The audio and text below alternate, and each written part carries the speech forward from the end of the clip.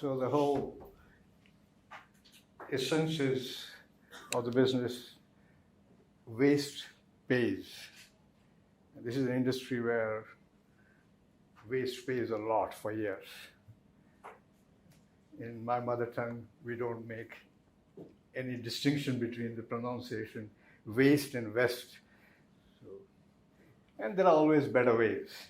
And we are attempting one. And hopefully we succeed.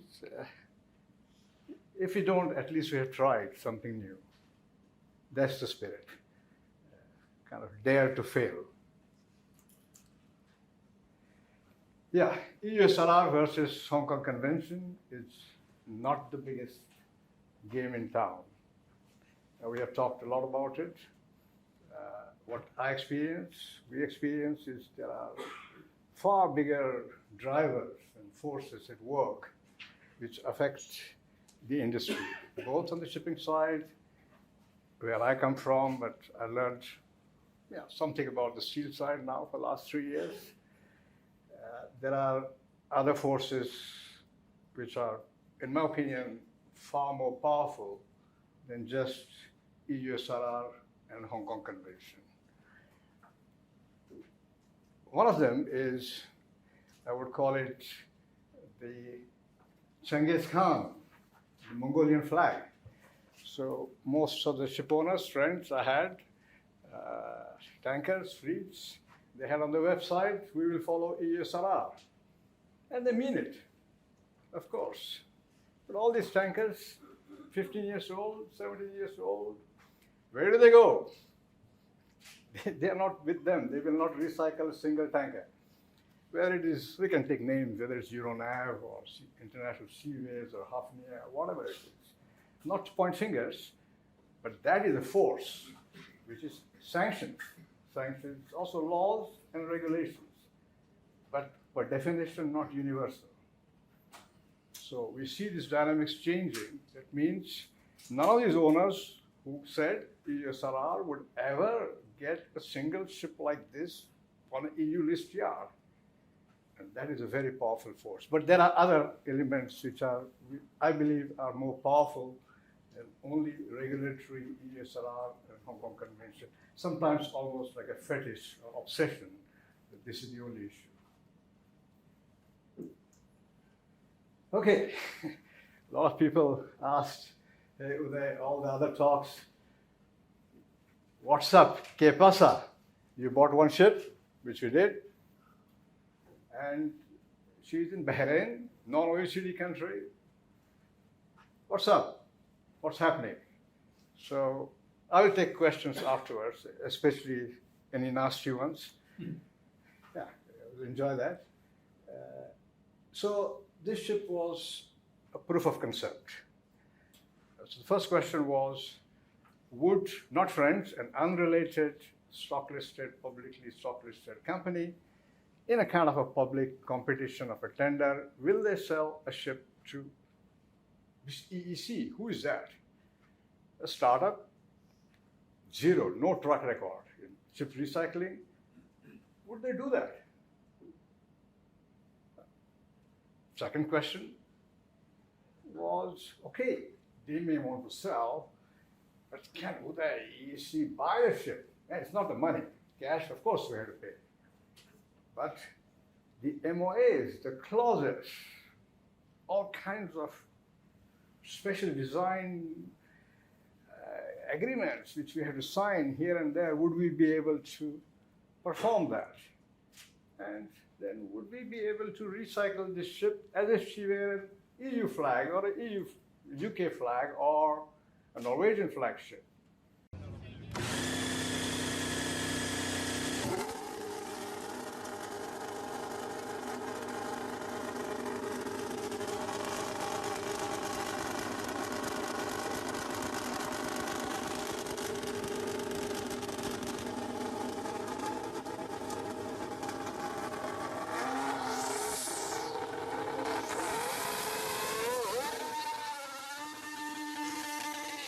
Involves so many lawyers, very clever lawyers with MOA and this clause and that clause trying to push the risk to some other party.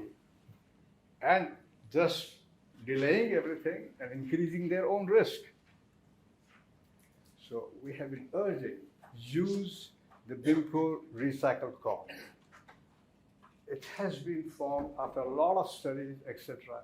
For heaven's sake, just keep it simple. But no, too many clauses, and all of them are actually meant for somehow circumventing some rule unnecessarily, and that actually causes delays, suspicions, etc. So keep to the simplicity. There is one, even for yard, we say they use BIMCO repair corn. Use the format, and then we can make some adjustments. So this is our iterative process where we learn how it can be done better. So we have, in BIMCO, there is one issue, is it's a catch-22, because this legal document is transactional, which means without encumbrances, you sell the ship. But the thing is, you're responsible for the waste till the end. That's why you have supervision, etc. So what we have done is we want to supplement this with our head of operations. He lives and dreams this business and goes through everything. He is publishing Captain Roy's handbook for best practices. Because we are in different places of development, and this process, iterative process, we will use to have simple practices, open, transparent to all parties, supplementing the BIMCO recycled corn. So that is the work what we are doing right now.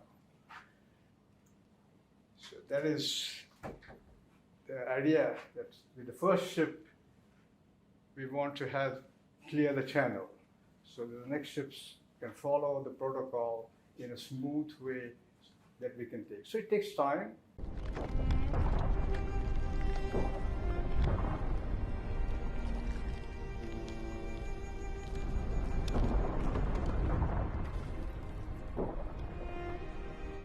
Yeah, it is a Russian one with a good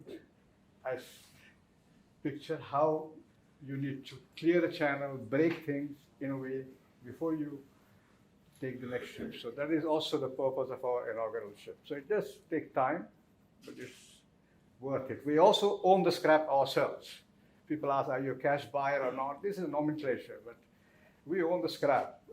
We have more than one green steel maker interested. So we form contracts, compliance, etc. On the steel side, they also have, like shipping, many regulations. So we prepare all this. And we are ready for the Genghis Khans and any other flag, EU flag, whatever it is. Just Michael Jurgen answered my question, basically, that do we have methodology? Give us any ship, any flag, EU, Dutch, whatever it is, we can do it fully compliantly, fully transparent, 100%. What we cannot do is lobby in Brussels for some kind of bilateral or something like that. We cannot do. But give us a particular ship, we can do that 100 compliant, any flag, we can do it without a problem. So when we started 3 years ago, so we said, okay, chicken and the egg. Do we have the ships first, or do we have the yard, or do we have the steel, whatever? So we said, okay. So there was a very friendly owner, yeah, like me, whatever it is. And they said, okay, we are going to, it's a major ship owner in the world. Said, okay, we sell to you, EEC, 13 ships, or a dozen ships, with 5 years, up to 5 years, sale lease back. And they would roll over up to 49% of their equity into our ethical impact fund. And this fund then will be recycled with institutional investors, impact investors, private equity, pension funds, family offices, people who want impact, but also a healthy return. So we also had damp lease with shipyards, large facilities, to de-Lego the ships in our methodology as green steel. So everything was going fine 3 years ago, 2.5 years ago. I was almost falling asleep. I've done it. But then came COVID, And after that came Ukraine. So that's the changing scenes, which are much more powerful than EUSRR or Hong Kong Convention. These are major changes in the shipping and towards the scrapping. We prepare ourselves because at the end of the day, if you kind of eat a lot, you have to go to the restroom, maybe a little bit later. So we're waiting there for the ships to come so that we can take more ships and increase our capacity. So that is how it started and how it did not go, but we can reset this now. We are doing that. Now on the steel side, a bit of it, because we talked quite a lot about what I learned and how we learned these things. So first of all, did you know that in the Second World War, in 1940, September the 26th, US President Eisenhower declared an embargo on scrap to Japan. Not a single pin, rusted pin, to be sent to Japan. Did you know this? Maybe you pretend you know, but this is our process. We learn. We don't know these things because we come from shipping. What's happening there? What does this scrap do? Like Jürgen just mentioned, there are laws there, and there are also opportunities. How does it work? Okay, you can say, Uday, this is Second World War, good morning. What it has to do with now? Then we saw in UAE, just an example, they banned all the scrap from UAE to support the local steel makers who talk to us. They banned, even without us. But they're fair, because the next day, the major industry declares that every pin, every scrap will be bought at international prices. So you can see there are more than just straightforward dynamics in this business than just saying, all right,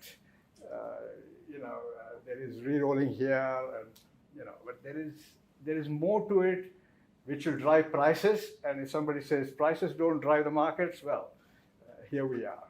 And I think we have to also think that, let's say, young Bangladesh was not on the scene, but within a decade or two, the game has changed. So why do we think that some other change will not take place? For other reasons than just EU-SRR and Hong Kong Convention. And these factors, we believe, are driving it, the industry and the patterns forward. So, regulations. You have, on the steel side, many places with poorly regulated material being used. It's not just the earthquake which is the cause. It's also poorly monitored, poorly regulated material. So this is not a for and against debate on the steel side.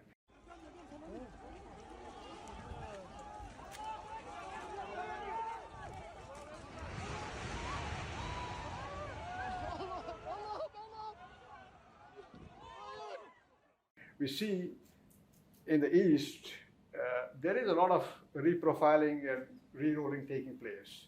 So people say that's bad. A gentleman from Pakistan just mentioned that. See, the thing is, we are developing non-destructive methods for steel, which can be re-rolled. So it can be used only when it's poorly regulated material. Then you have a problem. But then you have, in the West, the ArcelorMittals and, also Japanese, Nippon Steel talking, they want to also have the scrap steel. But the thing is, they want to, I call it accelerated entropy, forcefully melt everything down because you need the scrap. But this is high quality scrap, just think nickel. This is very important. So we urge them to do a little bit better than just saying that. Just melt it all. It costs a huge amount of energy. Even if it's green, it's a huge amount of energy, and you start making the steel upwards. So we are involved in these dynamics. They will affect the prices. The kind of price, even in Europe, we will get for this scrap is quite high, but we have to go very methodologically towards the steel end. So that's what we do, and we feel that these dynamics are becoming more and more relevant. And they're not only carbon. Poor material like this is having political impact, even emotional or the public sentiments, investor sentiments, what's happening. So the life cycle ESG, it doesn't stop at the yard gate, because the real action is after the yard, what happens to the steel. And that will become relevant also from the other side. The steel industry, just whenever we talk to an ArcelorMittal, they have to have the sourcing of the material, really recorded. They must know where the scrap comes from. So you can see the two ends are converging, and the prices will be as a product of that. And okay, this is, I come from the area of where all my neighbors were gas cutters. So this is also the part which it's not a lonely journey. We see here also, there are people who are thinking of automation, because I think for any human to expect, even with the best conditions, to do some stupid work for 8 hours of gas cutting in heat and protective clothing in Bahrain, yeah, all the protective clothing, then I say, no, there has to be technological advance here. It doesn't have to be that far. This kind of automation can be made. So we constantly think that we have to improve this, no matter how much money you pay and how many hospitals you build. To do such work with gas cutting for 8 hours a day, this is not necessary. So we do believe that we have to always have this. And younger generations, their desire to change all this is a very powerful force. This is not like we always do it like that. And I believe that this force will, in different forms, change the scenes in our industry, or this industry. Now, something we are now actively doing is container ship market. So we have CMA CGM, AP Moller, Maersk, Hapag-Lloyd, all these people talking to us very actively and sincerely, because they have a huge new building program for better fuels, etc., and they need to replace. So as EEC, we have started an alliance for green replacements. So we will make bespoke offers, and especially for container industry, where I also have some experience, terminals, feeder lines, common feeders, because that industry has the mentality to compete and cooperate with common feeders, multi-user terminals, etc. So they talk the language so that they can mix and match. Also, their tonnage suppliers are talking to us for a plan where we can have a supply chain for the steel industry, and we are not pro-Europe or this and that, and also for exits for specific select parties where they can cooperate together. But we're not asking them to cooperate, but we will lead the alliance in this. This is what we have now actively at the shipping end, to buy the ships early and then have as a supply chain. So, it is from just a sheet for different lines. You know all of them, but it's like I say it always, like from ABL to ZIM. Most of these lines from on high evergreen, they are talking to us. They want a solution, but they want an organized solution. Otherwise, they have no other option but just to take to a nice yard with Hong Kong Convention, and people can say it's wrong, but yeah, they need a solution. So that is where we are actively involved in this segment.